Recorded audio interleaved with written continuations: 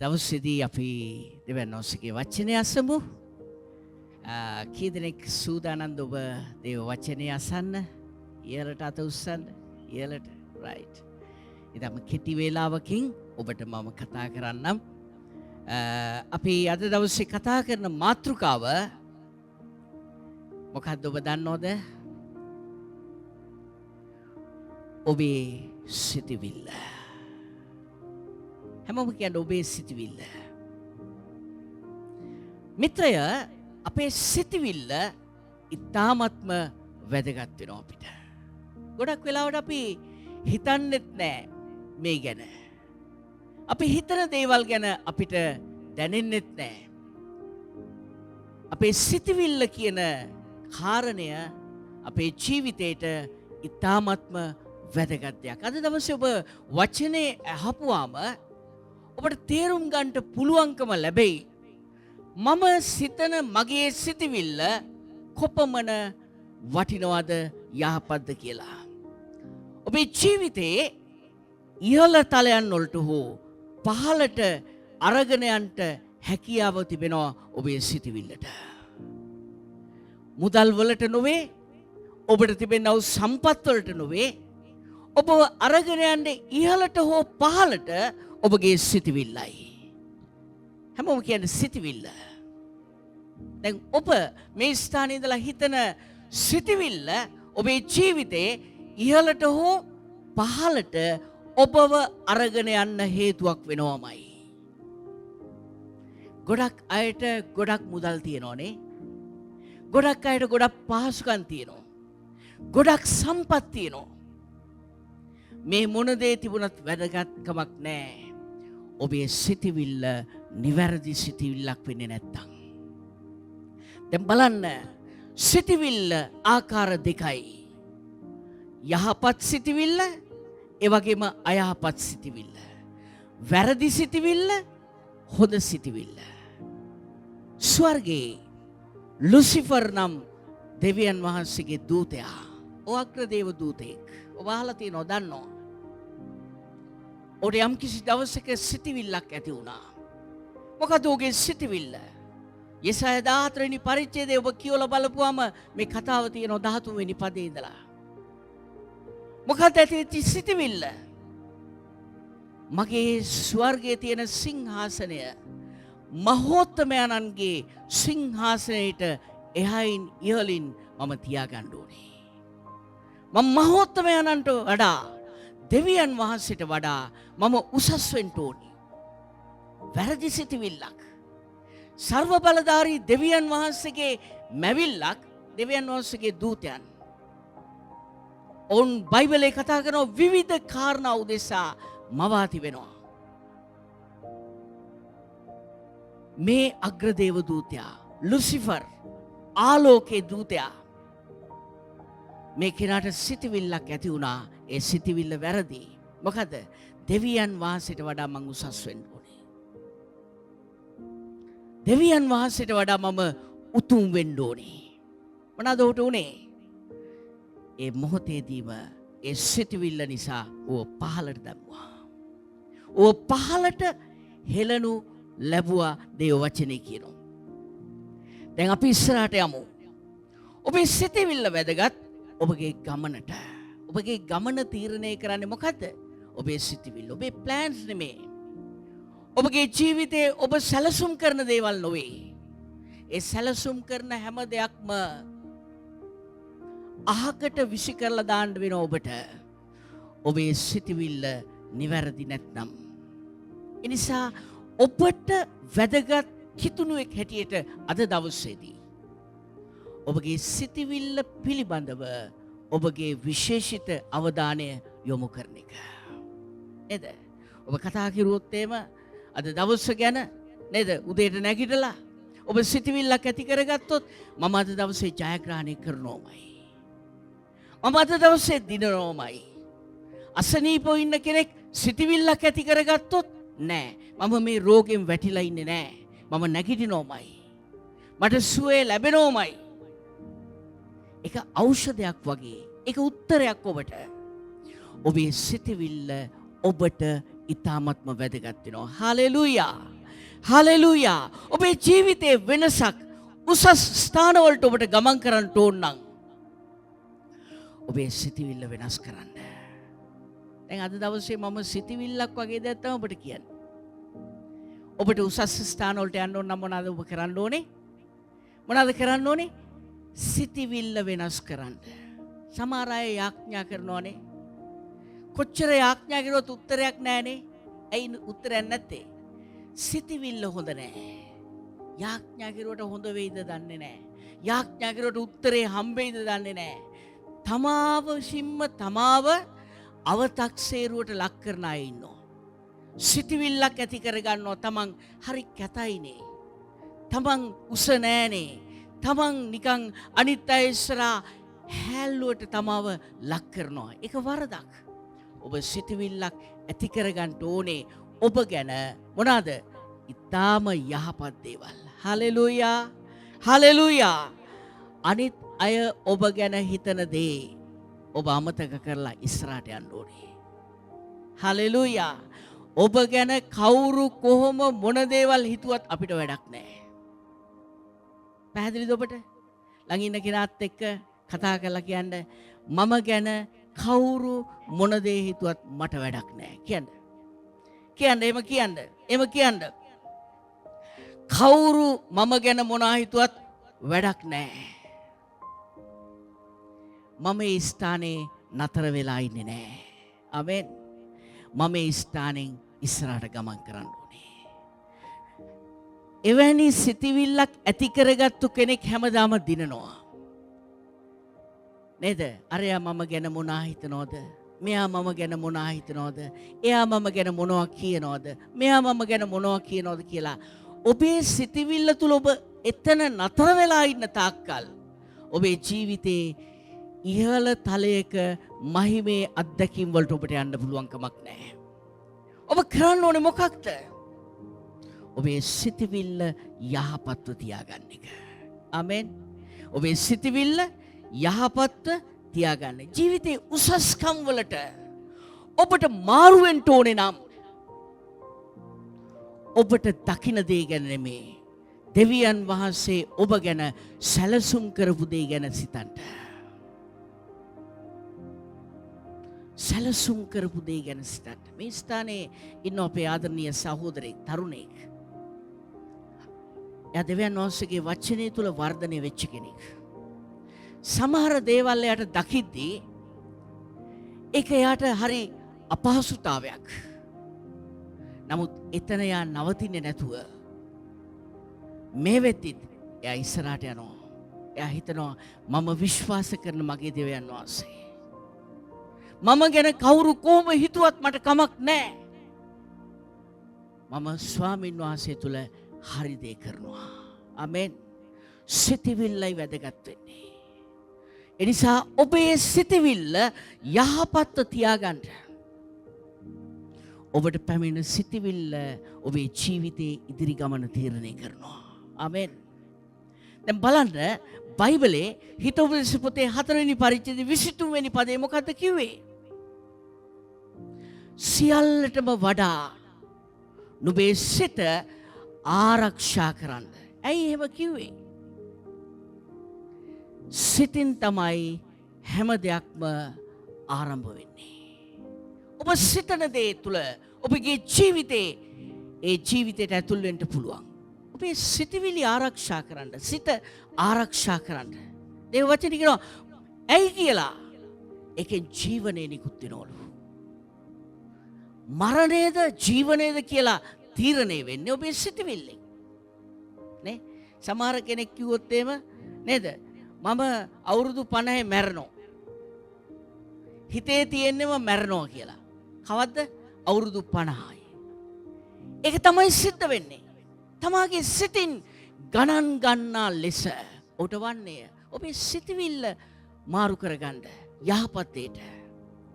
අයහපත් දෙයට නොවේ යහපත් දෙයට. ඔබේ සිතවිල්ල වැදගත්. හැමෝම කියන්නේ සිතවිල්ල. දැන් ඔබ ඊටාම හොඳ සැලසුම් සහගත ව්‍යාපාරිකයෙක් කියලා කියන්නකො. ඔබ බිඳුවෙන් ආරම්භ කරපු කෙනෙක්. ඔබ සිතවිල්ලක් ඇති කරගත්තොත් මට මේ තියෙන පුංචි දේ දෙවියන් වහන්සේට පුළුවන් විශාල දෙයක් බවට පත් කරන්න. ඒ සිතවිල්ල ඔබව අරගෙන යනවාමයි. හලෙලූයා.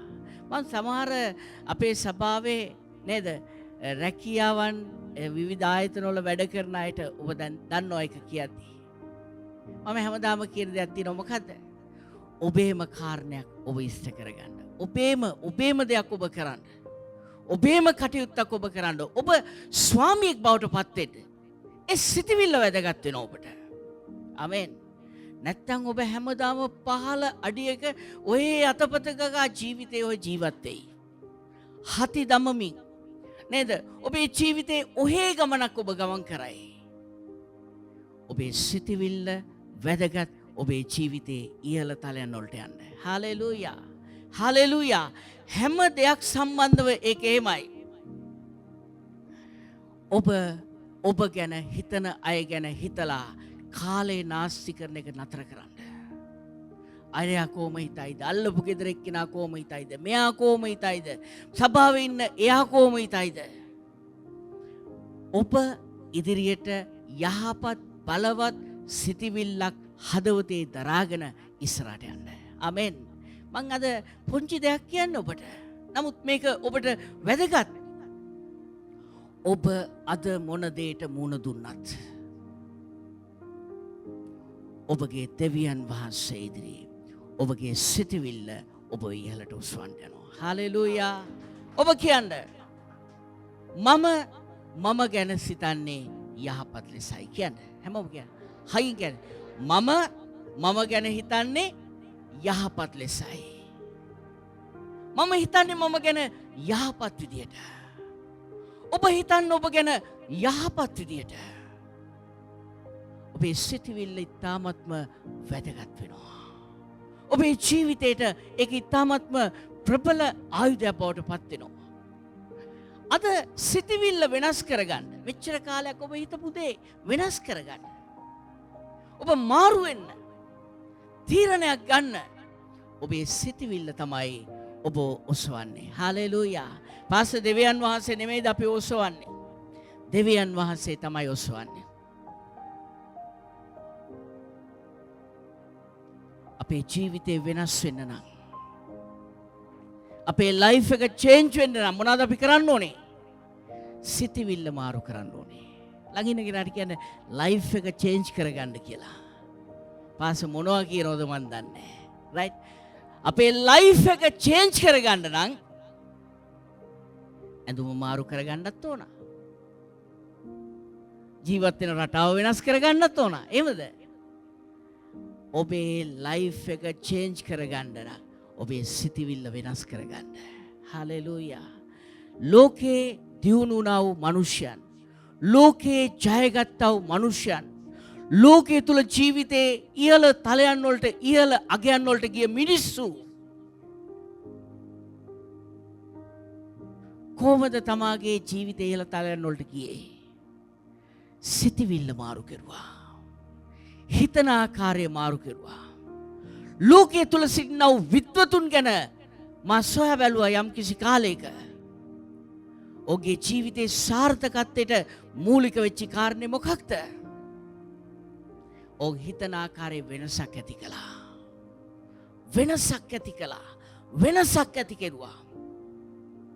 කවුරු හරි කෙනෙක් දවස ආරම්භ කරද්දී මූසල සිටිවිල්ලක් දාගෙන මූසල වචන කතා කරමින් මූසල ලෙස කටයුතු කරමින් හැසිරෙමින් ජීවිතේ ජීවත් වුණොත් ඔබටත් මූසලයි. ඔබ ඉන්න ස්ථානයත් මූසලයි. ඔබට මුණ ගැහෙන මිනිස්සුන්ටත් මූසලකමක්. වැරදි වචන නෙමෙයි මම කියන්නේ. නමුත් ඔබේ සිතවිල්ල ඔබ වෙනස් කරගන්න. ඔබ ධනාත්මකව ඔබ සිතන්න පටන් ගත්තොත් අසාර්ථක හැම දෙයක්ම ඔබේ සිතවිල්ල නිසා සාර්ථක භාවයට පත් කරගන්න පුළුවන්. හලෙලූයා. හලෙලූයා. ඔබේ සිතවිල්ල ඔබේ ජීවිතයට ඉතාමත්ම වැදගත් වෙනවා. මම ඔබට මොකද්ද කිව්වේ? ලයිෆ් එක චේන්ජ් කරගන්න මොනවද කරන්න කිව්වේ? ජීවිතේ මාරු කරගන්න මොනවද කරන්න ඕනේ? සිතවිල්ල මාරු කරගන්න. හලෙලූයා. කීදෙනෙක් කැමතිද සිතවිල්ල මාරු කරගන්න? සිතවිල්ල මාරු කර ඉහළට අත උස්සන්න. ඔබේ සිතවිල්ල වෙනස් කරන්න. ඔය ගොඩක් යාඥා කරනවා. වචනේ කියනවා. නිරාහාරව ඉන්නවා. හැමදාම පල්ලියනවා. හැබැයි ඔබේ සිතවිල්ල තවමත් දෙවියන් වහන්සේට ඕන පිළිවෙලට ඔබ තබාගෙන නැහැ. නේද? අපි කතා කරගෙන ඉන්නවා. මං ඉස්සල්ලා කිව්වාගේ අපි ගැන මේකයි කතා කරන්නේ, ඒකයි කතා කරන්නේ. එයා කොහොම හිතනවද මං ගැන? මට ඒක ප්‍රශ්නයක්. ඔබ මාරු වෙන්න. ඔබ වෙනස් වෙන්න. ඔබ සිතක් ඇති කරගන්න. ඔබේ නිවස තුල ඔබ අද මේ වචනේ අහනවා.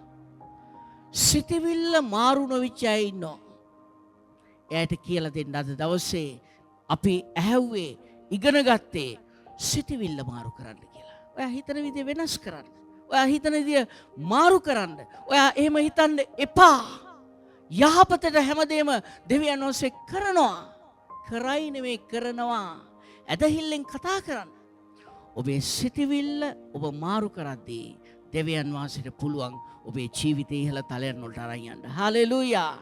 හලෙලූයා. දැන් බලන්න ජීවිතේ ලයිෆ් එක චේන්ජ් කරගත්තු කාන්තාවක් දිහා අපි බලන්න යනවා. බයිබලේ. එව මුණ ගැහෙනවා අපිට මතෙව්තුමාගේ සුභාරංචියේ 9 වෙනි පරිච්ඡේදයේ. ජීවිතේ මාරු කරගත්තු කාන්තාවක්. ඉහළ තලයන් වලට ගියා වූ කාන්තාවක්. 9 වෙනි පරිච්ඡේදයේ අපි ඒව හඳුනනවා මහලේ රෝගී ස්ත්‍රී කියලා. කීදෙනෙක් කාලා තියෙනවද මහලේ රෝගී ස්ත්‍රීව? අයියෝ පාස හරි සරලයිනේ. ඔව් සරලයි තමයි. මම ඔබට බැරෑරුම් පැත්ත ගැන කියලා දෙන්න යනවා අද දවසේ. මහලේ රෝගී ස්ත්‍රිය. ඒ ගැන මොකද්ද වෙලා තියෙන්නේ? අවුරුදු 12ක්ම නොනවත්වා දිනපතා ඇගේ ශරීරයෙන් ලේ පිටත් වෙලා ගියා. ලේ පිට වුණා. ලේ ගලන්න පටන් ගත්තා. අවුරුදු කීයද? 12ක්. පස්ස ජීවත් වුණාද එයා? ඔව් ජීවත් වෙලා හිටියා මේ දක්වා. අවුරුදු 12ක් තිස්සේ අවුරුද්දට දවස් 365යි. දවස් 365ෙම මේ මහලේ රෝගී ස්ත්‍රීගේ ශරීරයෙන් ලේ පිට වෙලා ගියා. හැමදාම දිනපතා ලේ ගියා. ඔබ හිතන්න කොච්චර බැරෑරුම් තත්ත්වයකද ඇයි ජීවත් වුනේ? කොච්චර බැරෑරුම් තත්ත්වයක්ද? අවුරුදු 12ක් තිස්සේ ඇය මොනවද කළේ? බොහෝ වෙදුන්ට ඇය සතුව තියෙන හැම දෙයක්ම වියදම් කර කර දීලා ඇයගේ සුවය උදෙසා ප්‍රතිකාර කළා. අවුරුදු 12ක්. හරිද? අවුරුදු 12ක් තිබුණු හැමදේම ඇයට නැති වෙලා ගියා. අහිමි වෙලා ගියා. ඇගේ ජීවිතේ විතරක් ඉතුරු වෙලා තිබුණා. ඔබට හොඳට අහගන්න මේ කතාව නේද? හැමදේම නැති වෙච්ච කෙනෙක්. විවාහ වෙලා හිටපු තමන්ගේ පුරුෂයා තමන්ව දාලා ගියා. ස්වාමි පුරුෂයා ඇයව අත්හැරලා දාලා තිබුණා. මිනිස්සු ඇයව පිළිකුල් කළා. ඇය ළඟ ගඳයි. ඇය පිරිසුදු නෑ. ඇය කොහෙන් හරි ගියොත් එහෙම ඇගේ ශරීරයෙන් පිටවෙන ලේ නිසා ඇව මිනිස්සු පිළිකුල් කරන්න පටන් ගත්තා. ඇය ලස්සන නෑ. ලස්සන කාන්තාවක් හැටියට ඉන්න ඇති. ඇගේ ශරීරයෙන් ලේ ගලලා දිනපතා ඇගේ හම සහ ඇටකටු විතරයි ඇයට තිබුණේ. ඇටකටු වලට හම ඇලිලා තිබුණා. ඒ ලස්සන නෑ. විරූපි වෙලා හිටියා. ප්‍රසන්න නෑ. කවුරුත් පිළිගත්තේ නෑ. ගණන් ගත්තේ නෑ. ඇව එපා කළා. සමාජය ඇයව එපා කරලා තිබුණේ මිත්‍රය. කවුරුත් ඇයට ප්‍රේම කළේ නෑ මම ඔබට කිව්වා. හිතලා බලන්න ඇගේ තත්ත්වයේ ස්වභාවය. ඒ විතරක් නෙමෙයි. ඇගේ පවුලේ හැම කෙනෙක්ම ඇව අත්හැරියා. ඇයට දරුවන් හිටියේ නෑ ඇව බලා ගන්න. ආදරය කරපු ස්වාමි පුරුෂත් ඇව අත්හැරලා දාලා ගියා.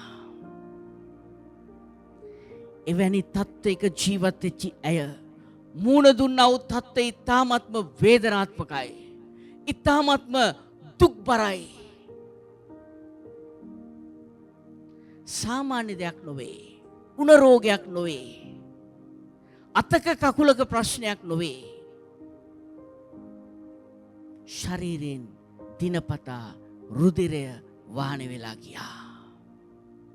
හැම දවසකම ඔබ දන්නවා මේ ස්ථානයේ මොකක්ද සිද්ධ වෙලා තිබිච්ච භයානක තත්ත්වය. එට ජීවිතේ එපා වෙලා තියෙන්න ඇති. නමුත් එක්තරා දවසකදී ඇය එක්තරා සිතිවිල්ලකට එනවා. ඇය සිතිවිල්ලකට එනවා. මොකද්ද? ඇයට මේකෙන් කොමාරි නිදහස් වෙන්න පුළුවන් කියන සිතිවිල්ල ඇයට ලැබෙනවා. හලෙලූයා. ඇයට සිතිවිල්ලක් ඇති වුණා මට මේක දිරන්න පුළුවන්. දැන් කෙනෙක් අධෛර්යයට පත් වෙනවා නම් ඇයට වඩා අධෛර්යයට පත් වෙන්න කෙනෙක් නැහැ. ඇයි? අවුරුදු 12ක් එකම ප්‍රශ්නයක්. ඇයට තිබිච්ච හැම දෙයක්ම නැති වෙලා නාස්ති වෙලා. තමන්ට ජීවත් වෙන්න තිබිච්ච නිවස පවා නැහැ. ඒව බලා ගන්න කෙනෙක් නැහැ. ජීවත් කරන්නට ඇගේ පුරුෂයා නැහැ. දරුවන් නැහැ. සමාජය දැක්කම කෙල ගන්නවා. මනුෂ්‍යයට ලං වෙන්නේ නැහැ. එවැනි තත්ත්වයක හිටපු ඇය සිතුවා නම් මම ජීවත් වෙනවට වඩා හොඳයි මරණයට පත් වෙන එක කියලා. ඇය එතෙන්ට ආවේ නැහැ. ඇය තීරණයක් ගන්නවා. මොකද්ද? මේ තත්ත්වෙන් මම මේ සීමාවෙන් එළියට මම එන්න ඕනේ. ඒත් උත්තරයක් නැහැ. ඇය උත්සාහ කරන වෙදුන්න මුණ ගැහෙන්න. නමුත් ඇව සුව කරන්න බැරි වුණා. නමුත් ඇයට මහෝත්තම සිතිවිල්ලක් ආවා. හලෙලූයා. කියන්න හැමෝම මහෝත්තම සිතිවිල්ලක් ආවා. මොකද්ද මහෝත්තම සිතිවිල්ල? ඇය කල්පනා කරනවා මේ තත්ත්වෙන් මං එළියට එන්න නම් මහෝත්තමයන්න් වහන්සේව මුණ ගැහෙන්න ඕනේ. මම උන්වහන්සේට ලං වෙන්න ඕනේ. මගේ ප්‍රශ්නයට උත්තරේ තියෙන්නේ එතන වෙන්න ඕනේ. ඒ නිසා මගේ සිතිවිල්ල මම වෙනස් කරන්න ඕනේ කියලා ඇය තීරණයක් ගත්තා. ඒ සිතුවා මේ ප්‍රශ්නේ මං ගැලවෙන්න ඕනේ. මේ උදෑසන මම ඔබට කියන්න කැමති ආදරණීය මිත්‍රවරුනි. ඔබ එකම කාරණය තුල හැමදාම දුක් විඳින්මින් වේදනාව විඳින්මින් යනවද? ඔබට කිසි උත්තරයක් නැහැ. කිසි දියුණුවක් නැහැ. කිසි බලාපොරොත්තුවක් නැහැ. කිසිම ආකාරයේ සහනයක් ඔබට නැහැ. ඔබ තීරණයක් ගත්තොත්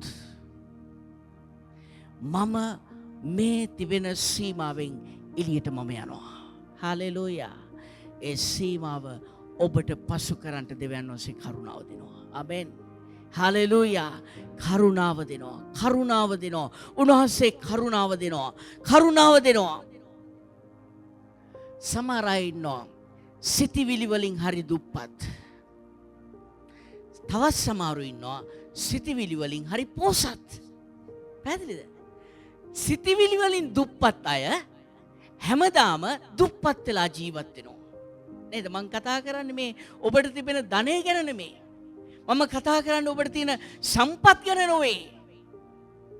සිතිවිලි වලින් දුප්පත් අය හැමදාම දුප්පත්. කියන්න ළඟින් එනට. සිතිවිලි වලින් දුප්පත් අය දුප්පත්.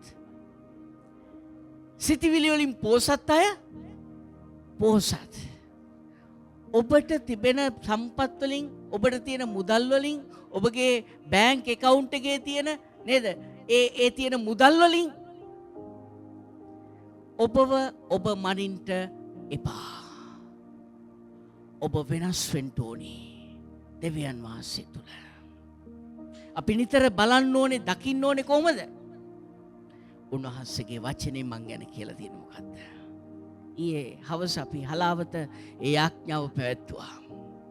ඒ ස්ථානයේදී මම කිව්වා නේද? දෙවියන් වහන්සේගේ මිම්මෙන් අපිට දකින්න පුළුවන් උන්වහන්සේගේ වචනේ. කැඩපතක් මේක. කන්නාඩියක්. දකින්න පුළුවන් අපිට මේකෙන් නම් අපිට ඉතාමත්ම හොඳට පේනවා අපිව.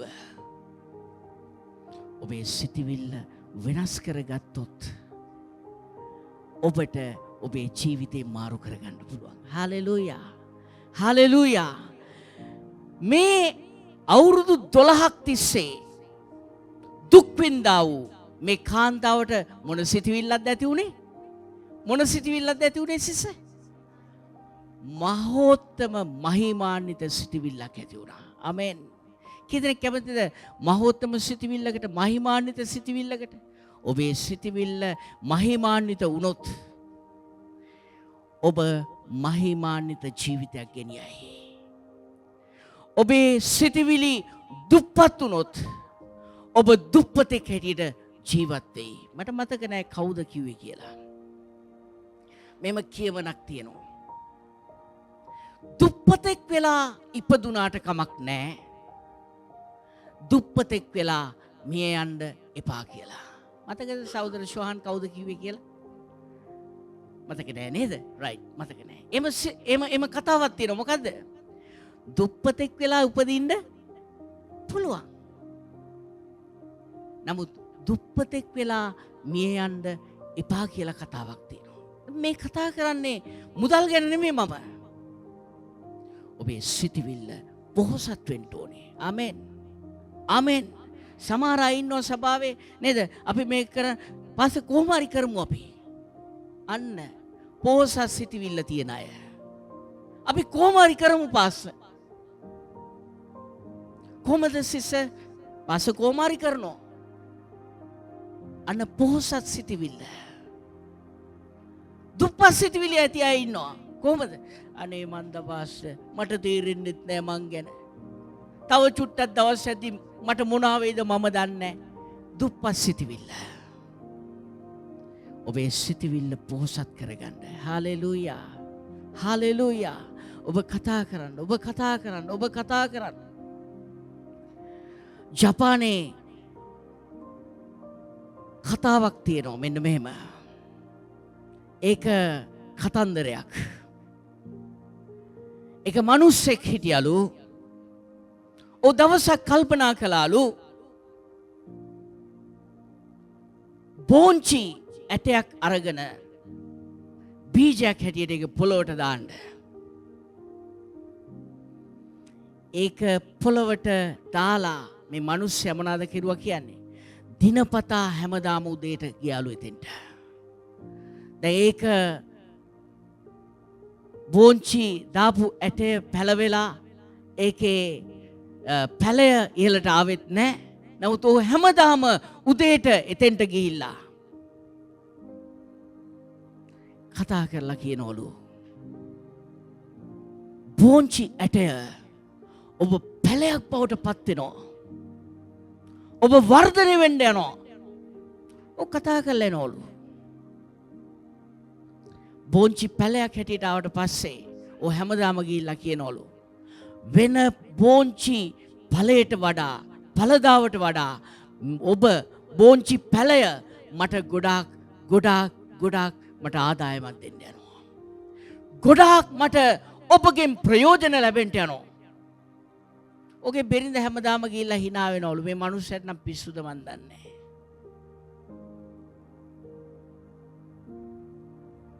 ඔගේ සිතවිල්ල වැදගත් වුණා. ඔගේ ජීවිතේ දිනන්න. හාලෙලූයා. ඔබගේ හැම දෙයක් සම්බන්ධවම ඔබ කතා කරන්න ඕනේ යහපත් සිතවිල්ලකින්, යහපත් මනසකින්. ලුසිෆර්ට මොකක්ද උනේ? ලුසිෆර්ගේ සිත වෙනස් වුණා. වැරදි. නමුත් මේ මහලේ රෝගී ස්ත්‍රිය තීරණයක් ගත්තේ මොකද්ද? ඇය මේ සීමාවෙන් පිටතට එළියට එන්න ඕනි කියලා කල්පනා කරනවා. මතෙව්තුමාගේ සුභාරංචියේ 9 වෙනි පරිච්ඡේදයේ 21 වෙනි පදේ චුට්ටක් බලමු අපි. 9:21. මතෙව් 9:21. රයිට්. මක්නිසාද උන්වහන්සේගේ සලුවට පමණක්වත් අත ගැසුවොත් මට සුව වන්නේ යයි ඈසිතින් සිතාගත්තාය. කවුද මේ හිතාගත්තේ? මහලේ රෝගී ස්ත්‍රිය හිතුවා උන්වහන්සේගේ සලුවට පමණක්වත් අත ගැහුවොත් මට සුවය ලැබෙන්න යනවා. ඇය අවුරුදු 12 මොනවාද කෙරුවේ? ඇය සන්තකයේ තියෙන හැමදේම නැති කෙරුවානේ. රයිට්? හැමදේම නැති කෙරුවා. හැමදේම වෛද්‍යවරු කරන්න පුළුවන් හැම ප්‍රතිකාරයක්ම ඇයට කරන්න ඇති. නමුත් ඇය මහෝත්තම සිටිවිල්ලකට ආව මොකද්ද? උන්වහන්සේගේ සලුවට පමණක්වත් අත ගැහුවොත් මට සුව වන්නේ. ඇය සිතින් සිතාගත්තා. අද උදෑසන මම ඔබට කියන්නම් මිත්‍රය, ඔබගේ සිතින් සිතාගන්න ඔබට අවශ්‍ය කරන්නේ මොකක්ද කියලා. ඔබ ඉන්න ස්ථානය මොකක්ද කියලා. ඔබගේ ජීවිතයේ ඉහළ තලයන් වලට ඔබට යන්න අවශ්‍යයිද? ඔබ ඒ කරන්න තීරණයක් ගන්න.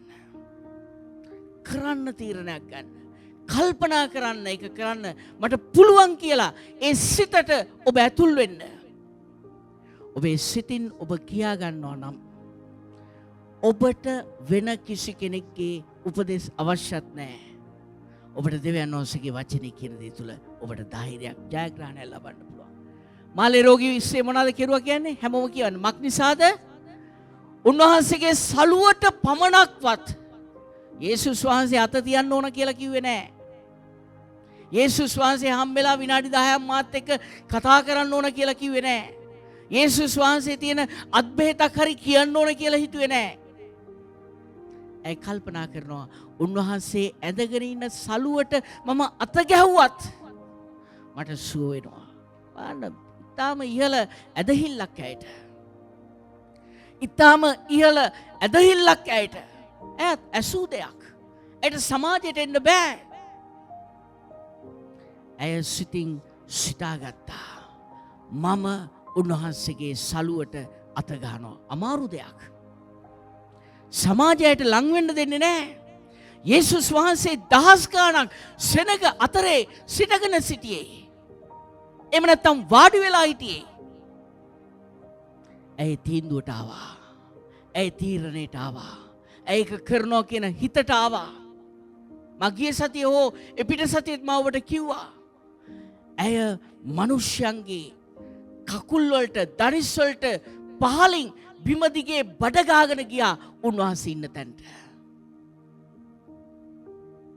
මිනිස්යන්ට නැගිටලා එන්න දෙන්නේ නැහැ. ඇය බඩ ගාගෙන අමාරුවෙන් ගියා උන්වහන්සේ ළඟට. ගිහිල්ලා ඇය මොනවද කරුවේ? කොහොම හරි ලං වෙලා උන්වහන්සේගේ සලුවට අත තිබ්බා. යේසුස් වහන්සේගේ අවධානය ඇය වෙතට යොමු වුණා. ඇගේ උත්සාහය, ඇගේ මහෞත්තම සිටිවිල්ල ඇයට මහිමයක් ගෙනෙන්න හේතුවක් බවට පත් වුණා. දහස් ගණක් සෙනග අතරේ ගෝලයන්ගෙන් අහනවා උන්වහන්සේ ප්‍රශ්නයක්. කවුද මගේ වස්ත්‍රයට අත ගැහුවේ? ගෝලයා අහනවා ස්වාමිනී ඔබ වහන්සේ මොනවා කියනවද මන් දන්නේ. මෙච්චර දහස් ගණක් තෙරපෙන මේ වෙලාවේ ඔබ වහන්සේ අහනවා ප්‍රශ්නයක්. කවුද මගේ සලුවට ඇඳුමට අත ගැහුවේ කියලා. යේසුස් වහන්සේ කියනවා නෑ. විශේෂ වශයෙන්ම යම් කිසි කෙනෙක් අත ගැහුවා මට. මගේ බලය ඇය වෙතට නිදහස් වෙලා ගියා මන් දැක්කා, දැනගත්තා. බයිබලයේ කියනවා ඇව උන්වහන්සේ දැක්කා. ඒට කතා කරනවා. අද උදෑසන මම ඔබට කියන්නම් ඔබේ සිතවිල්ල ඔබ ඉහළ තලයට ගෙනියයි. ඔබේ දක්ෂතාවය, ඔබේ උගත්කම, ඔබේ හැකියාව, ඔබගේ පුහුණුව නෙමෙයි. ඔබේ සිතවිල්ල ඔබ ඉහළ තැනට ගෙනියයි. හාලෙලූයා. හාලෙලූයා. ඔබේ සිතවිල්ල ඉහළ තැනට ගෙනියයි. ඔබේ සිතවිල්ල ඉහළ තැනට ගෙනියයි. මම දැක්ක එක්තරා අවුරුදු 20ක විතර ගැහැණු ළමෙක්. හරිද? YouTube එකේ හෝ Facebook එකේ තිබුණේ. ඇගේ පියා පැසුම් කරුවෙක්, වෙල්ඩින් කරන්නේ.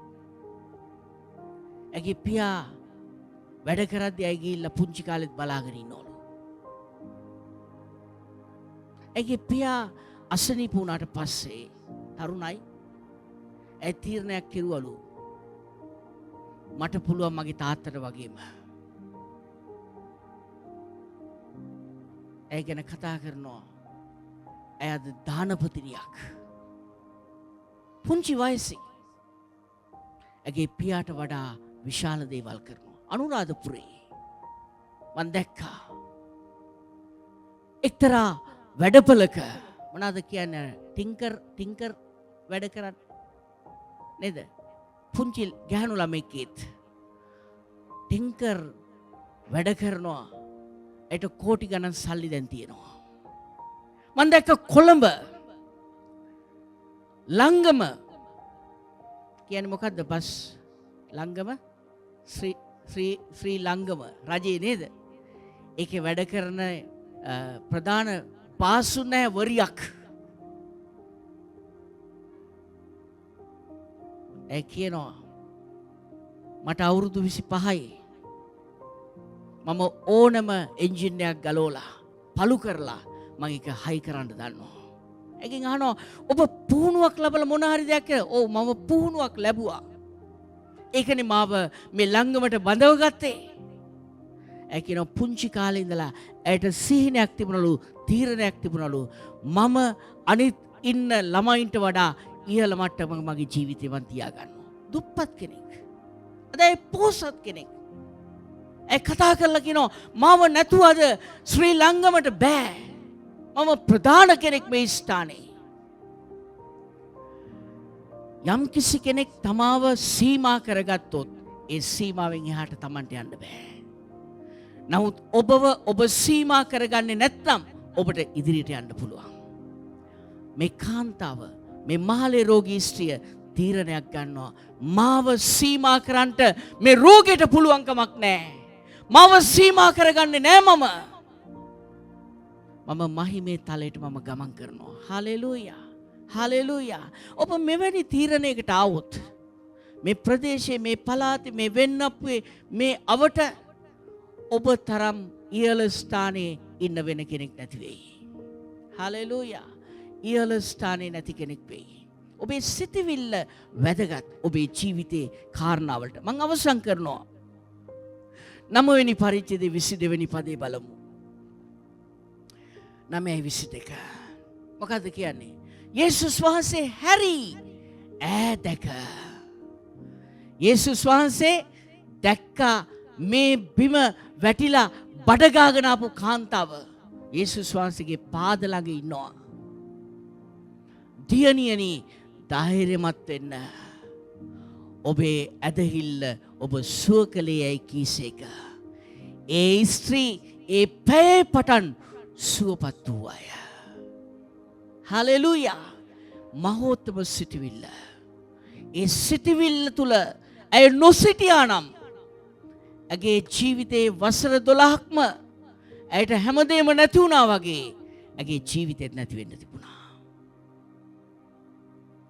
ඊට පස්සේ ඇයට සුවේ ලැබුණට පස්සේ ඇය පෙර තිබුණටත් වඩා ලස්සන ජීවිතයක් ගෙනියච්ච වෙන්න පුළුවන්.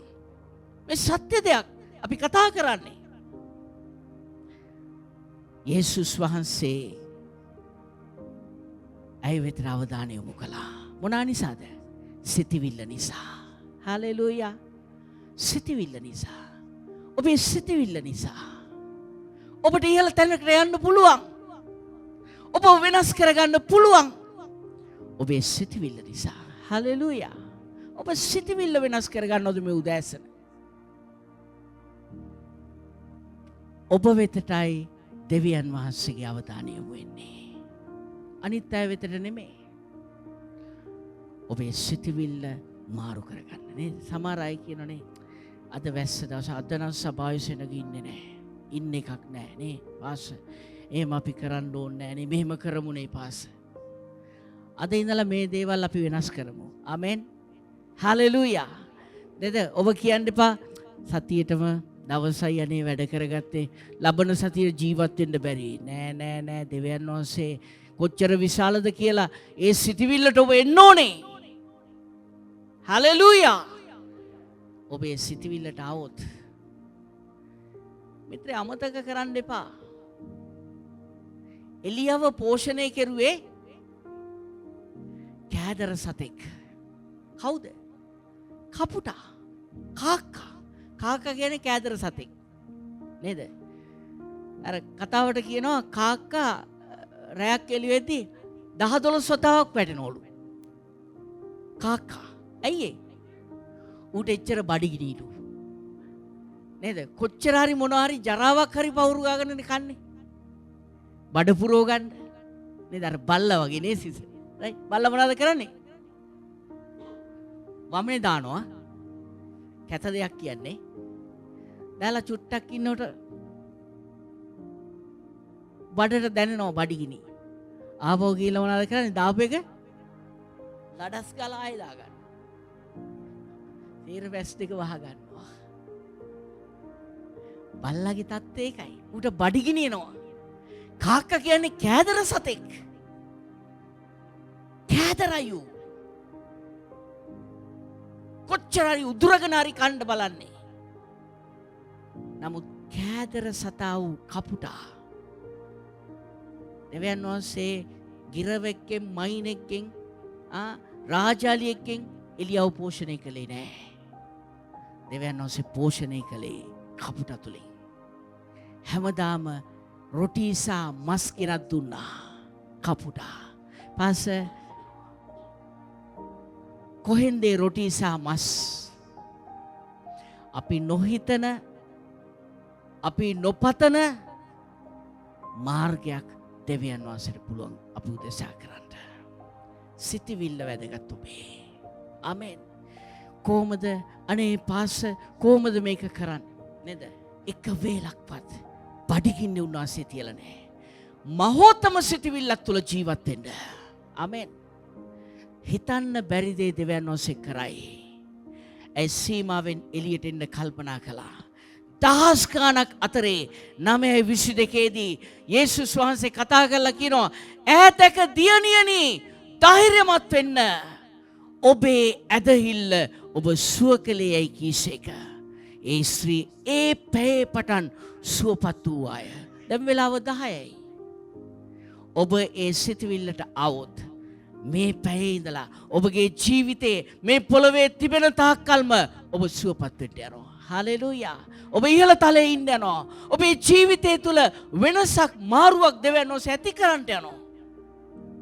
අපි දෙවියන් වහන්සේට යාඥා කරමු. අපි හැමෝම දෙනෙත් පියාගමු. ස්වාමින් වහන්සේ ඉදිරියේ උන්වහන්සේ මහිමත්